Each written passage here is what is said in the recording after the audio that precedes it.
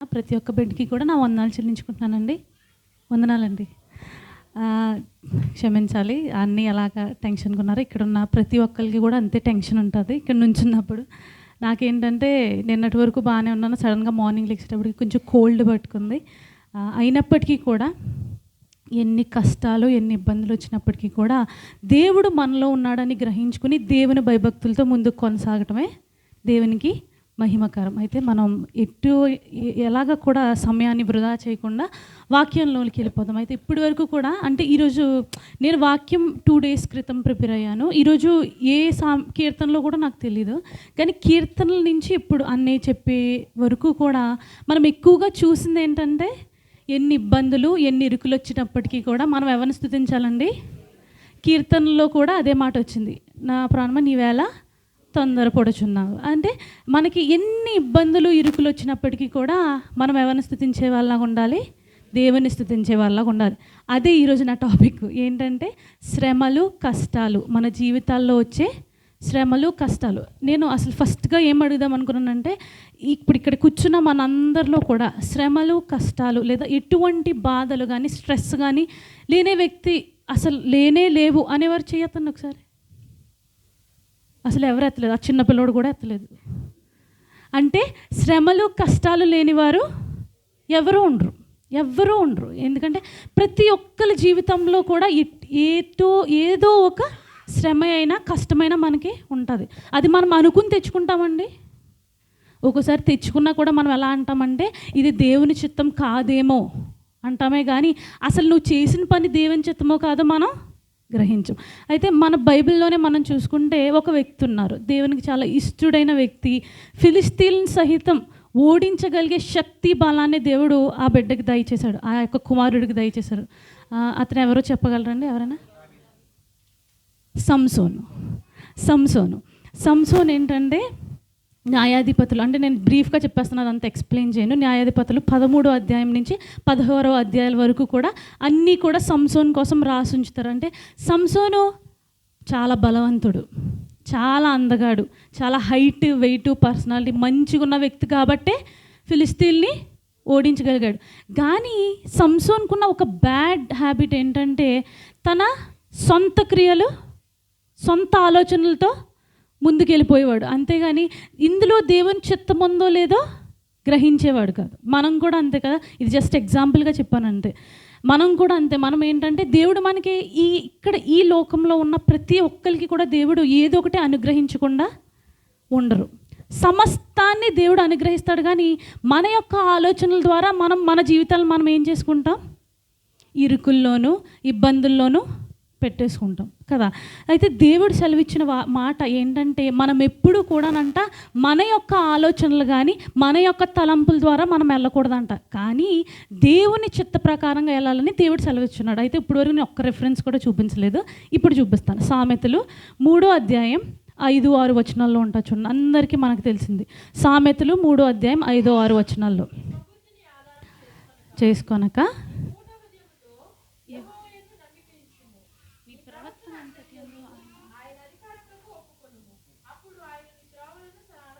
ఆమేన్. అయితే ఫస్ట్ లైనే దేవుడు ఏమని సెలవిచ్చున్నాడండి? నీ స్వబుద్ధిని ఆధారం చేసుకోనక. స్వబుద్ధిని అంటే మన సొంత బుద్ధిని, అంటే మనకున్న సొంత ఆలోచనని, తెలివిని ఆధారము చేసుకొనకుండా మనం ఏం చేయాలి? నీ పూర్ణ హృదయంతో యెహోవా యందు, హాఫ్ హృదయం అన్నారా? Half hearted, partial hearted, full complete హార్టెడ్గా మనం ఏం చేయాలి? యెహోవా యందు నమ్మిక ఉంచాలి. నీ ప్రవర్తన అంతటి యందు ఎవరికి అధికారాన్ని ఇవ్వాలండి? దేవుని అధికారానికి మనం ఒప్పుకోవాలంట. దేవుడు బలవంతాన్ని మనకు వచ్చేసి నువ్వు ఎలా ప్రవర్తించాలో నేనే చెప్తాను అని దేవుడు అండు. మనం ఒప్పుకునేలాగా ఏం చేయాలండి? ఆయన అధికారమునకు ఒప్పుకొనుము, అప్పుడు ఆయన నీ త్రోవలను ఏం చేస్తారు? అయితే దేవుడు ఒక మాటలోనే అన్ని సెలవిచ్చేశారు. ఏంటంటే బాబు నీ సొంత బుద్ధిని వాడొద్దు, నీ అధికారానికి అంటే నీ ప్రవర్తనకి అధికారం నేను చెల్లించేలాగా నువ్వు అవకాశం ఇచ్చావనుకో, నువ్వు ఎలా ప్రవర్తించాలో కూడా దేవుడే చెప్తాడు. ఓకే, ఇవన్నీ చెప్తుంటే కొంతమందికి చాలా ఎట్టకారంగా ఉంటుంది. ఎందుకంటే నేను కూడా దారి తొలగిపోయి అంటే అందరూ ఎలా చూస్తారంటే పాస్టర్ గారు అమ్మాయి కదా దేవదూత అనేసుకుంటారేమో.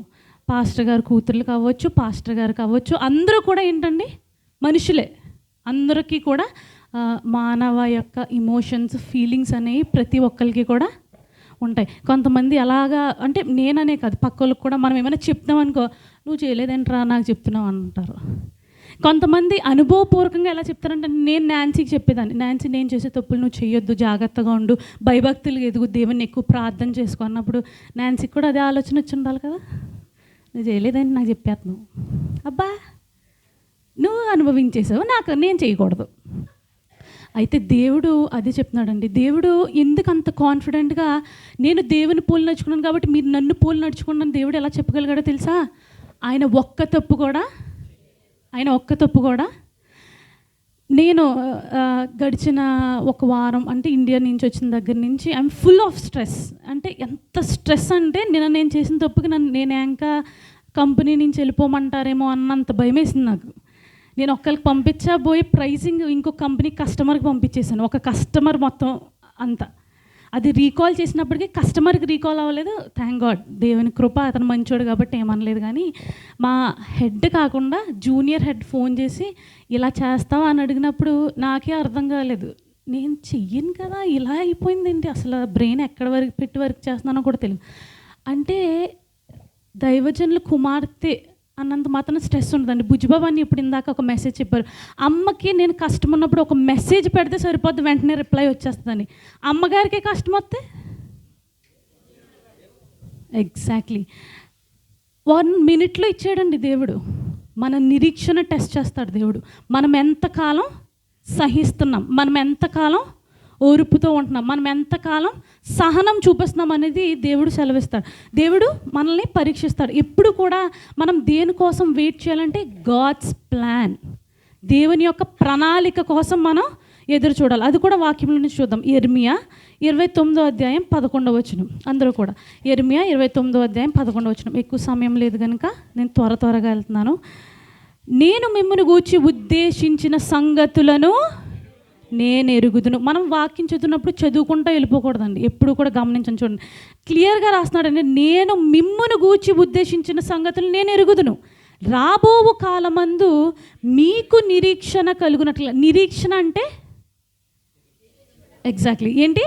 ఎదురు చూచే సహనం. He will see how much time are we waiting for him.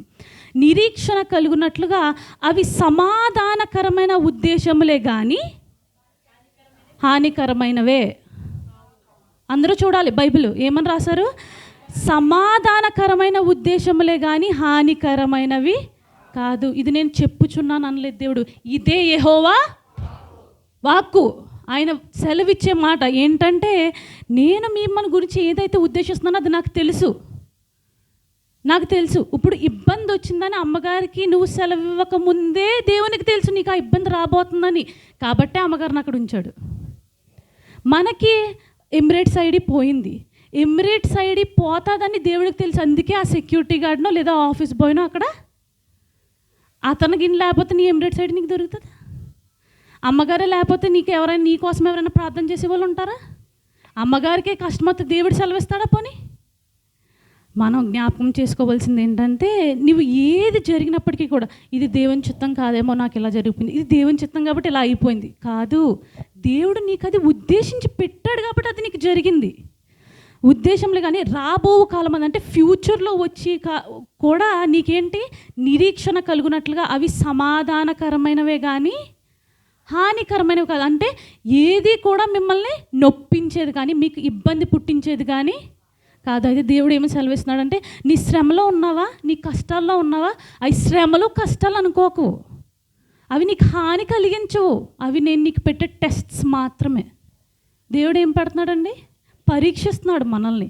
అంటే మనం ఎంత నిరీక్షణ కలిగి ఉంటున్నాం అనేది దేవుడు పరీక్షిస్తున్నాడు. ఇక్కడ వాక్యం చెప్పేవాళ్ళు అంటే లాస్ట్ టైం కూడా నేను వాక్యం చెప్పినప్పుడు నేను చాలా అంటే నేను చేసిన తప్పు అదేంటంటే, ముందు రోజు నేను త్రోబాల్ ఆడేసి వచ్చాను కాబట్టి ఆల్మోస్ట్ 3 years తర్వాత నేను ఆడటం వల్ల నాకు ఏమైందంటే బాడీ అంతా కూడా చాలా ఏదో ఉక్కు దెబ్బలు తగిలేసినట్టు అయిపోయి, ఆ తర్వాత రోజు నేను వాక్యానికి నిలబడినా కూడా సరిగ్గా చెప్పలేకపోయాను. నేను ఏదైతే అనుకుంటున్నా చెప్తున్నాను, కానీ it's not coming out of from me as I want to. అది ఎలా వస్తుందంటే స్లోగా నేను ఏదో నీసపడిపోయి ఓకే ఇచ్చారు కాబట్టి చెప్తున్నాను అన్నట్టు వస్తుంది. కానీ ఆ బాధ నాకే తెలుసు. నాకు కామెంట్స్ వచ్చాయి ఏంటంటే, అమ్మాయి బాగానే ఉంది, బాగానే చూడడానికి ఉంది, కానీ స్టూడెంట్లా చెప్పింది, టీచర్లా చెప్పలేదంట. అంటే ఇప్పుడు నీకు స్టూడెంట్లా చెప్తే ఏంటి, టీచర్లా చెప్తే ఏంటి, నీకు చెప్పాల్సింది అర్థమైందా లేదా? దేవుడు నువ్వు స్టూడెంట్లా వస్తున్నావా, టీచర్లా వస్తున్నావా, కుమార్తెగా వస్తున్నావా, కుమారుడిగా వస్తున్నావా కాదు దేవుడు చూసేది. నీ హృదయాన్ని దేవుడు చూసేది. నీ హృదయం ఎంత క్లీన్గా ఉందో దేవుడు చూసేది. ఇక్కడ నుంచున్న నేనైనప్పటికీ, కూర్చున్న మీనైనప్పటికీ ప్రతి ఒక్కరికి బాధలు ఉంటాయి. ఎవరి బాధలు ఎవరికి తెలియదండి. ఒకళ్ళని కమెంట్ చేసే ముందు కానీ, ఒకళ్ళని ఏమైనా అనే ముందు కానీ మనం ఎంతగా ఆలోచించాలన్నది తెలుసా? తప్పులు ఎవరు చేయరండి. నేను చేయలేదు, నుంచోండి తక్కువని ఎవరు నుంచుంటారు? నేను చెప్పాను కదా, పిల్లోడు కూడా నుంచోట్లేదు. నుంచారు, ఉండరు. దేవునిలాగా ఎవరైనా జీవించగలరండి? ఇప్పట్లో ఏదో ఒక తప్పు చేస్తాం. ఇందాక షీలా ఆంటీ చెప్పారు, ఆ రోడ్డు క్రాస్ చేయకూడదని తెలిసి కూడా వెళ్ళారంట తర్వాత రోజు. అంటే ఒకసారి మనం తప్పే, కానీ అంటే అది నేను సీరియస్గా చెప్పట్లేదు, నేను జస్ట్ చెప్తున్నాను. అంటే ఏదో ఒక తప్పు మనం మన లైఫ్లో, nobody is perfect in this world except lord, except his spirit. ఆయన యొక్క పరిశుద్ధాత్మ దేవుడు తప్పించి ఎవరూ కూడా ఇక్కడ కరెక్ట్గా జీవించలేరండి. ఎవరు జీవించలేరు. అందుకే దేవుడు ఏమంటున్నాడంటే, నీకు శ్రమలు, నీకు ఇబ్బందులు వచ్చేటప్పటికీ కూడా నేను నీకు తోడే ఉంటాను.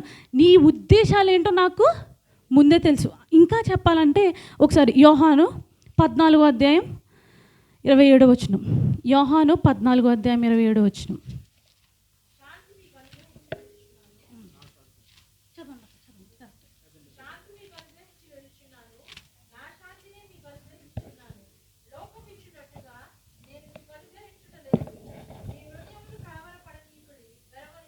ఆమేన్.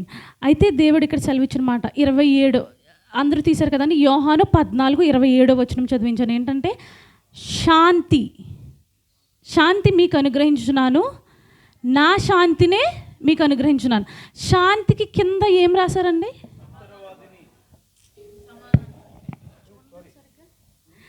సమాధానము. శాంతికి ఏంటండి? అంటే మనకు శాంతి ఉండటమే ఎక్కువ, కానీ దేవుడు ఏమంటున్నాడంటే శాంతిని దేంతో మాట్లాడుతున్నాడు ఆయన? దేవుడు సమాధానాన్ని, ఆయన సమాధానమే మనకు అనుగ్రహించున్నాడంట. లోకం ఇచ్చినట్టుగా కాదు, లోకం ఇచ్చినట్టుగా నేను మీకు అనుగ్రహించట్లేదు. మీ హృదయమును కలవరపడనీయకుడి, వెరవనీయకుడి. అంటే దేవుడు ఎందుకు ఈ మాట సెలవిచ్చున్నాడంటే, శాంతి అంటే మనం ఏమనుకుంటామంటే, 3 గంటల సినిమాకి వెళ్తే శాంతి వచ్చేదా, పీస్ఫుల్ అయిపోతుంది, స్ట్రెస్ పోతుంది, అన్నీ అయిపోతాయి. ఒకసారి డ్యూటీలో నుంచి మనం అంటే ఇక్కడ కార్పొరేట్ కంపెనీస్లో ఉన్న జబ్బు అనాలో ఏమనాలో తెలియదు, కానీ బయటకు వచ్చి స్మోక్ చేస్తారు. దేనికి చేస్తున్నామంటే స్ట్రెస్ రిలీఫ్కి అంటారు. నాకేం పెరుగుతున్నట్టు ఉంటుంది ఆ స్మెల్ చూస్తే, మెంటల్ వచ్చేస్తుంది. ఆ స్మెల్ వస్తే నాకు పిచ్చ కోపం వచ్చేస్తుంది. వాళ్ళు స్మోక్ చేసి లోపలికి వచ్చి మాట్లాడుతున్నప్పుడు చిరాగ్గా ఉంటుందంటే, ఇది స్ట్రెస్ రిలీఫ్ ఏంట్రా అనాలనిపిస్తుంది. కానీ దేవుడు సెలవిచ్చిన మాట, శాంతిని మీకు అనుగ్రహించాను, నా శాంతిని మీకు అనుగ్రహిస్తున్నాను. లోకం ఇచ్చే శాంతి కాదండి ఇది. ఆయన శాంతి ఇచ్చారనుకో, మనం చనిపోయి సమాధి పెట్టిలోకి వెళ్ళి తిరిగి లేచేంత వరకు ఆ శాంతి మనతోటే ఉంటుంది. తెలుసా మీకు? ఆయన శాంతి నార్మల్ శాంతి కాదు. మన ఎన్నో ఇబ్బందులు, ఇరుకులు ఎన్ని ఉంటాయంటే తల పగిలిపోతున్నట్టు ఉంటుంది, కానీ ఆయన శాంతి ఉన్నదనుకో అన్ని ఇరుకుల్లో కూడా మనకు సమాధానంగానే ఉంటుంది. హల్లెలూయా, హల్లెలూయా. మనం ఎప్పుడు కూడా ఆ శాంతిని కోరుకునే వారిలాగా ఉండాలి. ఎవరి శాంతినండి? దేవుని యొక్క శాంతిని కోరుకునే వారిలాగా ఉండాలి. కానీ ఈ లోకం శాంతి మనకొద్దు. ఇప్పుడు చూడండి, నిన్న కాక మొన్నటి వరకు స్వప్న వాళ్ళ ఫ్యామిలీ ఇక్కడ ఉండేది. వాళ్ళ ఫ్యామిలీని చూసి నాకు చాలా హ్యాపీ అనిపించేది. అంటే మా డాడీ ఎప్పుడు అంటారు కానీ ఫ్యామిలీ దగ్గర ఉండాలి, కానీ అక్క వాళ్ళ ఫ్యామిలీని చూస్తే చాలా హ్యాపీ అనిపించింది. అంటే వాళ్ళకి ఎంత సంతోషం కలుగుతుందండి. నా 2 బిడ్డలు నా దగ్గర ఉన్నారు, తల్లిదండ్రులు ఇక్కడే ఉన్నారు, అమ్మమ్మ కూడా ఇక్కడే ఉన్నారు. ఎంత హ్యాపీ అది. అందరూ ఒకే దగ్గర ఉన్నప్పుడు. వాళ్ళు వెళ్ళిపోయినప్పుడు ఇక్కడ చాలామంది సింగిల్గా ఉంటారు, తల్లిదండ్రులు లేని వాళ్ళు ఉంటారు, ఇంటి దగ్గర వదిలేసి వచ్చేసిన వాళ్ళు ఉంటారు, భార్యలు ఇక్కడ ఉంటారు, భర్తలు అక్కడ ఉంటారు, భర్తలు ఇక్కడ ఉంటే భార్యలు అక్కడ ఉంటారు, చాలామందికి ఉంటుంది. కానీ వాళ్ళ బాధ పక్క వాళ్ళకి తెలుస్తుందా? ఆ లోటు, ఆ ఇబ్బంది ఎవరికి తెలుస్తుంది? అది బాధ కాదా? ఆ బాధలో కూడా మీకు నెమ్మది కలుగజేసేది ఒకే ఒక్క ఏంటంటే అంత స్లోగా చెప్తున్నారు, దేవుడు. అందరూ చెప్పాలి హల్లెలూయా. మనం యాక్టివ్గా ఉండాలి, దేవుని సన్నిధిలో మనం నిద్రపోతూ ఉండకూడదు. అంటే దేవుడు మనకు అనుగ్రహించే 2 గంటల్లో కూడా నువ్వు నిద్రపోతే చర్చికే రావద్దు. ఓకే, మనం ఎలా ఉండాలంటే మనం మన జీవితాల్లో దావీదు వలె ఉండాలి. ఎందుకు చెప్తానో కూడా చెప్తాను. దావీదు పాపం చేయలేదండి, మహారాజు అయినప్పటికీ కూడా దావీదు పాపం చేయాల్సిన అవసరం లేదు. దావీదు అనుకుంటే ఇలా జరిగిపోద్ది, ఎందుకు? రాజు కాబట్టి. ఇప్పుడు మనకే అటువంటి హోదా ఉంటే మనం అసలు పక్కలను కూడా చూడం. అన్నీ చెప్తున్నాడు, భూమి మీద కూడా ఆగమని. నిజమే అది, ఆ మాట. ఎందుకు అలా ఉండాలంటే దావీదు తప్పు చేసినప్పటికీ కూడా దావీదు యొక్క పశ్చాత్తాపం ఎట్టి విధంగా ఉందో వాక్యం ద్వారా చూపిస్తాడు. 118వ అధ్యాయం 6-7 వచనాల్లో ఉంటుంది చూడండి. దావీదు రాసిన కీర్తనలు 118వ అధ్యాయం 6-7 వచనాల్లో ఏంటంటే, యెహోవా నా పక్షంలో ఉన్నాడు, నేను భయపడను, నరులు నాకేమి చేయగలరు? యెహోవా నా పక్షము వహించి నాకు సహకారి అయి ఉన్నాడు, నా శత్రువుల విషయమై నా కోరిక నెరవేరుట. ఎంత కాన్ఫిడెన్స్గా దావీదు చెప్తున్నాడు చూడండి. అంటే మనం కూడా తప్పులు చేస్తాం, మనం చేయమని కాదు, మన పశ్చాత్తాపం ఎట్టి విధంగా ఉండాలంటే దావీదు అంత కాన్ఫిడెన్స్గా ఉండాలి. ఎలాగంటే యెహోవా నా పక్షంలో ఉన్నాడు, నేను భయపడను, నరులు నాకేమి చేయగలరు? దేవుడే మీ పక్షాన్ని ఉంటే జనులు మిమ్మల్ని ఏం చేయగలరండి? ఏమైనా చేయగలరా? ఎవరైనా ఏమైనా చేయగలరా? ఎవరు ఏం చేయలేరు. 7వ వచనంలో ఏమందంటే, యెహోవా నా పక్షము వహించి నాకు సహకారి అయి ఉన్నాడు, నా శత్రువుల విషయమై నా కోరిక నెరవేరుట. నా శత్రువుల విషయమై అంటే వాళ్ళకి మంచి జరగాలని ఎవరు అనుకోరు. ఎవరైనా అనుకుంటారండి? నా శత్రువుల విషయమై వాళ్ళకి మంచి జరగాలని ఎవరు అనుకోరు. కానీ వాళ్ళకి ఏం చేయాలో కూడా దేవుడు మన పక్షాన్ని ఉంటే ఆయనే చూచుకోను దేవుడు. మనం ఎప్పుడూ కూడా జ్ఞాపకం చేసుకోవాల్సింది ఏంటంటే, మనకి ఎన్ని కష్టాలు ఎన్ని ఇబ్బందులు ఉన్నప్పటికీ కూడా దేవుడు మన పక్షాన ఉన్నాడని మనం గ్రహించాలి, నమ్మాలి. ఆ యొక్క సహనం, ఆ యొక్క నిరీక్షణతో మనం ఉండాలి. చివరిగా 1 పేతురు 5వ అధ్యాయం 6-11 వచనాలు. 1 పేతురు 5వ అధ్యాయం 6 నుండి అయిపోతుంది బాబా ఒకసారి.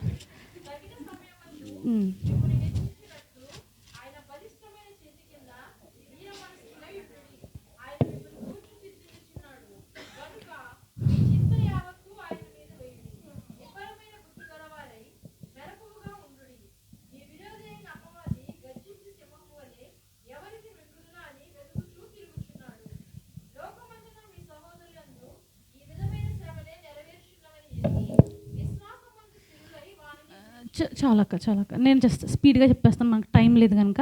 ఆయన మిమ్మల్ని గురించి ఏం చేస్తున్నాడండి? అదేంటి, మనం కదా చింతపడాలి, మనకే కదా కష్టాలన్నీ, ఇంకెవ్వరికీ ఉండవు. అలాగే బిహేవ్ చేస్తాం మనం ఒకసారి. మాకు పాత చర్చిలో ఒక ఆవిడ ఉండేది, ఆవిడ ఫాస్టింగ్ ఉంటే అందరికీ చెప్పాలి, నేను ఉపవాసం ఉన్నాను అంటే ఆవిడ మొహం చూసి మనం చెప్పలేం కనుక చెప్పాలి, నేను ఉపవాసం ఉన్నాను అంటే, అయ్యో మీరు ఉపవాసం ఉన్నారా అనే రియాక్షన్ ఆవిడ ఎక్స్పెక్ట్ చేసేది అనమాట. అయితే దేవుడు ఏం సెలవిచ్చున్నాడంటే, దేవుడు మన కోసం చింతిస్తున్నాడు అంటండి. అక్కడ సెలవిచ్చున్నాడు, ఆయన మిమ్మును గూర్చి చింతించుచున్నాడు గనుక మీ చింత యావత్తు, 100 సార్లైనా మనం అదే చేస్తాం. మళ్ళీ చింత యావత్తు కూడా ఆయన మీద వేయుడి, నిబ్బరమైన బుద్ధి గలవారే మెలకుగా ఉండుడి, మీ విరోధి అయిన అపవాది గర్జించు సింహము వలె ఎవరిని మృంగుతున్నా అని వెతుకుచూ తిరుగుచున్నాడు. అయితే దేవుడు ఏమని సెలవిస్తున్నాడంటే, ఒకవేళ మీరు చింత పడుతున్నారనుకో, మీరు సైతానికి చోటు ఇచ్చేసినట్లు లెక్క అని దేవుడు సెలవిచ్చున్నాడు. అందుకే దేవుడు ఏం సెలవిస్తున్నాడంటే, మీ చింత యావత్తు కూడా ఎవరి మీద వేయమంటున్నాడు? దేవుని మీద వేయమంటున్నాడు. లోకమందున్న మీ సహోదరులందు ఈ విధమైన శ్రమలే నెరవేర్చుచున్నవని ఎరిగి విశ్వాసమందు స్థిరులై వానిని ఎదురించుడి. లోకమందు అని ఎందుకు అంటున్నారంటే, ప్రతి ఒక్కరికి సమస్యలు ఉంటాయని చెప్పాను కదండి. అలాగే లోకస్తులు అంటే దేవుని ఎరగని బిడ్డలకు కూడా సమస్యలు అనేవి ఉంటాయి అని ఎరిగి విశ్వాసమందు మనం ఎలా ఉండాలి? స్థిరులై అంటే you have to be standard and stable when you trust the lord అని దేవుడు సెలవిచ్చున్నాడు. వానిని ఎదిరించుడి. ఎవరిని ఎదిరించాలి? ఎగ్జాక్ట్లీ అపవాదిని ఎదిరించాలి. డాడీ ఇక్కడ అందరికి వాక్యం వచ్చేసింది. తన నిత్య మహిమకు క్రీస్తునందు మిమ్మును పిలిచిన సర్వకృపానిధియగు దేవుడు కొంచెము కాలము మీరు శ్రమపడిన పిమ్మట తానే మిమ్మును పూర్ణులుగా చేసి స్థిరపరచి బలపరుచును. 11వ వచనం చూడండి ఎంత, యుగ యుగములకు ప్రభావమాయనకు కలుగును గాక. ఆమేన్. అయిపోయిందండి వాక్యం, అయిపోయింది. దేవుడు ఏమని సెలవిచ్చుచున్నాడంటే, మీరు ఏం చేసినప్పటికీ, ఎలా ఉన్నప్పటికీ, మీ చింత యావత్తు కూడా, శ్రమలు కష్టాలు అనేవి మానవులకు కాదండి, జంతువులకు వస్తాయా? మనకే వస్తాయి. మనకు వచ్చినప్పుడు మనం ఎంత స్ట్రాంగ్గా నిలబడుతున్నాం. ఓకే, చెప్పే అర్హత నాకు లేకపోవచ్చు, కానీ చెప్పేది దేవుడు అని నమ్మండి. మనుషులు నువ్వు ఇంత బాగా చెప్పావా, నువ్వు అంత బాగా చెప్పావా, ఇది కాదు. దేవుడు అలా చెప్పేస్తున్నాడు. దేవుడు నీతో ఎలా మాట్లాడుతున్నాడో నువ్వు చూసుకోవాలి. చాలాసార్లు మా డాడీ చెప్పే వాక్యాలు కానీ ఎవరైనా వచ్చి వాక్యాలు చెప్తే చాలా తగులుతాయి. తగిలినప్పుడు నేను అనుకుంటాను, కావాలని నా కోసం చెప్పేస్తున్నారని. ఏదైనా పిల్లల కోసం చెప్పిన టక్కుమని అందరూ మా వంక చూస్తారు, నాన్సీ వంక నా వంక. ఎప్పుడు జరిగింది ఇది అనుకుంటాం మేమిద్దరం. దైవజనులు చెప్పేది మా కోసము మీకోసము కాదు. దేవుడు ఏం సెలవిచ్చుచున్నాడో అదే మాట్లాడుచున్నాడు. అది మీ జీవితాల్లో నెరవేర్చవచ్చు. ప్రతి ఒక్కరికి కష్టాలు బాధలు అనేవి లేకుండా ఉండవు, కానీ ఒకటే నిరీక్షించండి. ఏంటి? దేవుని యందు నిరీక్షణ ఉంచి ఆయన సన్నిధిలో ముందుకెళ్ళటమే మనకు కావాల్సింది. అందుకే దేవుడు సెలవు ఇచ్చున్నాడు, మీ చింత యావత్తు కూడా ఆయన మీద మోపుడండి. దేవుడి కొద్ది మాటలు దీవించిన కాక ఒకసారి కళ్ళు మూసుకోండి, చిన్న ప్రార్థన చేసి నేను ముగించేస్తాను. నీతో నేను జీవిస్తానే కలకాలము, నిన్నే నేను ప్రేమిస్తానే చిరకాలము. లోకంలోనే నిన్నో వెతిక అంతా శూన్యము, చివరికి నువ్వే నిలిచావే సదాకాలము. నీతో నేను జీవిస్తానే సదాకాలము, నిన్నే నేను ప్రేమిస్తానే చిరకాలము. లోకంలోనే నిన్నో వెతిక అంతా శూన్యము, చివరికి నువ్వే నిలిచావే సదాకాలము. అందరూ పాడాలి. నిన్ను విడువను దేవా నా ప్రభువా, నా ప్రాణనాథా, నీ చేతితో మలచి నన్ను విరచి సరిచేయు నాథా. నిన్ను విడువను దేవా నా ప్రభువా, నీ చేతితో మలచి నన్ను విరచి సరిచేయు నాథా. నువ్వే నా ప్రాణాధారం, నువ్వే నా జీవాధారము. అందరూ పాడాలి. నువ్వే నా ప్రాణాధారము, నువ్వే నా జీవాధారము. హల్లెలూయా. నీకే వందనాలు ప్రభువా, నీకే స్తోత్రాలు తండ్రి. నాకు అనుగ్రహించిన సమయాన్ని బట్టి మీకే వందనాలు ప్రభువా. తల వంచిన ప్రతి ఒక్క బిడ్డని బట్టి మీకు వందనాలు. ప్రతి ఒక్క ఇరుకు ఇబ్బంది సమస్య సమస్తమును ఎరిగి ఉన్న గొప్ప దేవుడు, మీ చిత్తాన్ని ప్రతి ఒక్క బిడ్డ జీవితంలో నెరవేర్చి మీ సన్నిధిలో ముందుకు నడిపించి మా చింత యావత్తు కూడా మీ మీద వేసి మీ పైన సంపూర్ణమైన విశ్వాసం కలిగే బిడ్డలుగా మమ్మల్ని నిలబెడతారని నమ్మచ్చు. ఈ చిన్ని ప్రార్థన ఆలకించమని యేసుక్రీస్తు నామములో అడిగి వేడుకుంటున్నాం మా పరమ తండ్రి.